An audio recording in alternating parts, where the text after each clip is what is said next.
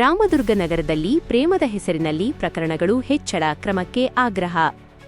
ರಾಮದುರ್ಗ ನಗರದಲ್ಲಿ ಪ್ರೇಮದ ಹೆಸರಿನಲ್ಲಿ ಮನೆ ಬಿಟ್ಟು ಓಡಿ ಹೋಗುವ ಪ್ರಕರಣಗಳು ದಿನೇ ದಿನೇ ಹೆಚ್ಚುತ್ತಿರುವ ಹಿನ್ನೆಲೆಯಲ್ಲಿ ವಿಶ್ವ ಹಿಂದೂ ಪರಿಷತ್ ಹಾಗೂ ಬಜರಂಗದಳದಿಂದ ಸ್ಥಳೀಯ ಪೊಲೀಸ್ ಇಲಾಖೆಗೆ ಮನವಿ ಸಲ್ಲಿಸಲಾಗಿದೆ. ಶಾಲಾ ಮತ್ತು ಕಾಲೇಜುಗಳ ಹಾದಿಯಲ್ಲಿ ಕೆಲವರು ಗುಂಪಾಗಿ ನಿಂತು ವಿದ್ಯಾರ್ಥಿನಿಯರನ್ನು ಛೇಡಿಸುವುದು, ಬೈಕ್ಗಳನ್ನು ಜೋರಾಗಿ ಓಡಿಸುವುದು ಹಾಗೂ ಸಾಮಾಜಿಕ ಜಾಲತಾಣಗಳ ಮೂಲಕ ಯುವತಿಯರನ್ನು ಪುಸಲಾಯಿಸುವ ಘಟನೆಗಳು ಹೆಚ್ಚಾಗಿರುವುದರಿಂದ ಪೊಲೀಸರು ಈ ವಿಷಯವನ್ನು ಗಂಭೀರವಾಗಿ ಪರಿಗಣಿಸಬೇಕೆಂದು ಮನವಿಯಲ್ಲಿ ತಿಳಿಸಲಾಗಿದೆ.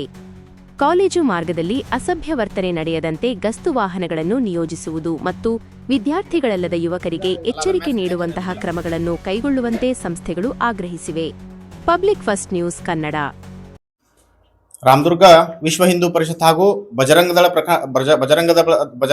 ರಾಮದುರ್ಗ ಪ್ರಖಂಡದ ವತಿಯಿಂದ ಇವತ್ತಿನ ದಿವಸ ಏನಿದು ಶಾಲಾ ಕಾಲೇಜಿನ ವಿದ್ಯಾರ್ಥಿಗಳಾಗಿರ್ಬೋದು, ವಿದ್ಯಾರ್ಥಿನಿಯರಾಗಿರ್ಬೋದು, ಒಂದಷ್ಟು ಪ್ರೇಮ ಪ್ರಕರಣಗಳ ಮುಖಾಂತರ ಓಡಿ ಹೋಗುವಂಥದ್ದು ಸಾಕಷ್ಟು ಇವತ್ತಿನ ದಿವಸ ರಾಮದುರ್ಗ ತಾಲೂಕಿನಾದ್ಯಂತ ಅವ್ಯಾಹತವಾಗಿ ನಡೆದಿರ್ತಕ್ಕಂಥ ಸಂದರ್ಭದಲ್ಲಿ ಇದನ್ನ ಗಮನದಲ್ಲಿಟ್ಕೊಂಡು ನಾವು ಇವತ್ತಿನ ದಿವಸ ವಿಶ್ವ ಹಿಂದೂ ಪರಿಷತ್ ಬಜರಂಗದಳ ರಾಮದುರ್ಗ ಪ್ರಖಂಡದ ವತಿಯಿಂದ ರಾಮದುರ್ಗ ಪೊಲೀಸ್ ಠಾಣೆಗೆ ಒಂದು ಆಗ್ರಹವನ್ನ ನೀಡಲಿಕ್ಕೆ ಅಂತ ಹೇಳಿ ಬಂದಿದ್ದೀವಿ.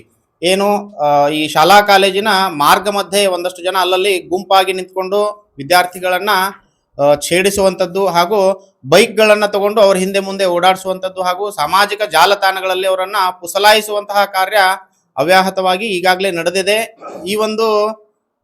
ಈ ಒಂದು ವಿಷಯಗಳನ್ನ ಗಮನದಲ್ಲಿಟ್ಕೊಂಡು ರಾಮದುರ್ಗ ಪೊಲೀಸ್ ಠಾಣೆಯ 112 ಗಸ್ತು ವಾಹನ ಏನಿದೆ ಅದನ್ನ ಸ್ವಲ್ಪ ಆ ಒಂದು ಭಾಗಗಳಲ್ಲಿ ಓಡಾಡಿಸುವಂಥದ್ದು ಹಾಗೂ ಯಾರು ವಿದ್ಯಾರ್ಥಿಗಳು ಅಲ್ಲ ಅನ್ನುವಂಥವ್ರನ್ನ ಸ್ವಲ್ಪ ತನಿಖೆ ಮಾಡಿ ಅವ್ರಿಗೊಂದಿಷ್ಟು ಬಿಸಿ ಮುಟ್ಟಿಸುವಂತ ಕಾರ್ಯವನ್ನ ಪೊಲೀಸ್ ಇಲಾಖೆ ಮಾಡಬೇಕು ಅಂತ ಹೇಳಿ ನಾವು ಬಜರಂಗದಳ ರಾಮದುರ್ಗ ಪ್ರಖಂಡದ ವತಿಯಿಂದ ಪೊಲೀಸ್ ಇಲಾಖೆಗೆ ಇವತ್ತಿನ ದಿವಸ ಆಗ್ರಹವನ್ನ ಮಾಡ್ತಾ ಇದ್ದೀವಿ.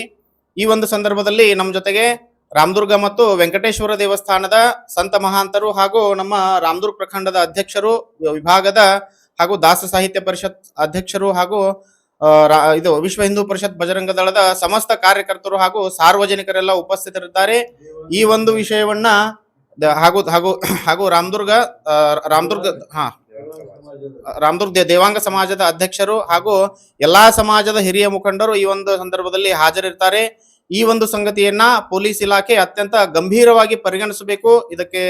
ಇದಕ್ಕೆ ಮುಂದೆ ಈ ತರದ ಘಟನೆಗಳು ಸಂಭವಿಸದೇ ಇರೋ ಹಾಗೆ ಅದಕ್ಕೆ ಕ್ರಮವನ್ನ ಕೈಗೊಳ್ಳಬೇಕು ಅಂತ ಹೇಳಿ ತಮ್ಮೆಲ್ಲರ ಪರವಾಗಿ ನಾನು ಈ ಮಾಧ್ಯಮದ ಮುಖಾಂತರ ವಿನಂತಿಯನ್ನ ಮಾಡ್ಕೊಂತೇನೆ.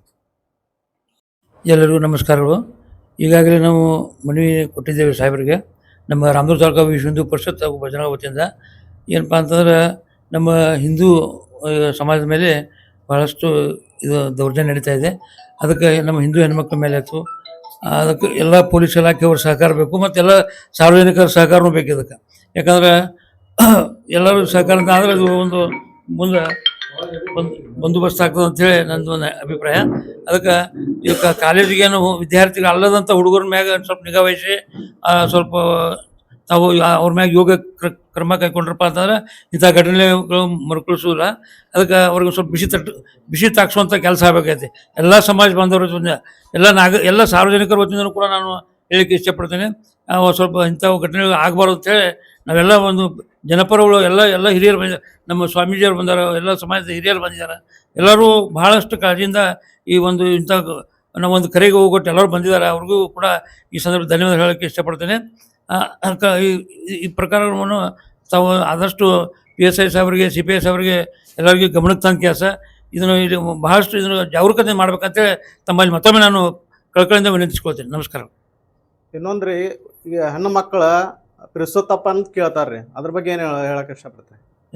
ಈಗ ಹೆಣ್ಣು ಮಕ್ಕಳ ಬಗ್ಗೆ ನೀವು ಹೇಳಿದ್ರಿ ಇದಾಗತ್ತ ಅಂತೇಳಿ, ಈಗ ಹೆಣ್ಣು ಮಕ್ಕಳ ಪ್ರೀತಿ ಮಾಡುತ್ತಪ್ಪ ಅಂತ ಕೇಳ್ತಾರ್ರಿ. ಪ್ರಶ್ನೆ ಕೇಳತಾರ ರೀ ಸಹಜವಾಗಿ.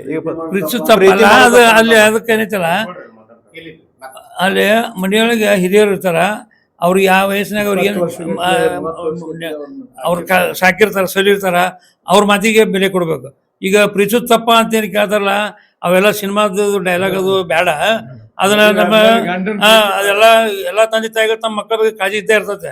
ಅದು ದಯಮಾಡಿ ನಾವು ಯುವತಿಯರಿಗೆ ಆತಿ ಯುವಕರಿಗೆ ಆತಿ ಯಾರು ಒಂದು ವಯಸ್ಸು ಈಗೇನೈತೆ ತ್ರಿಶಂಕು ವಯಸ್ಸಿದು ಭಯಂಕರ ಹುಚ್ಚು ಮಂಗ್ಯನ ವಯಸ್ಸಿದೆ. ಈ ಹುಚ್ಚು ಹರಿಯದ ವಯಸ್ಸಿಗೆ ಯಾರೂ ಬಲಿ ಆಗಬಾರ್ದು.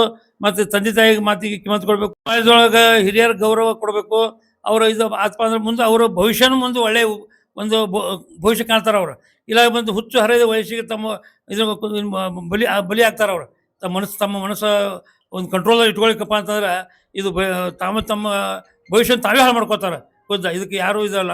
ಅದಕ್ಕೆ ನಾವೆಲ್ಲರೂ ಸಮಾಜದವರು ಹಿರಿಯರ ಬಾಂಧವರಾಗ್ತೀವಿ, ಮನೆಯವರಾಗ್ತೀವಿ.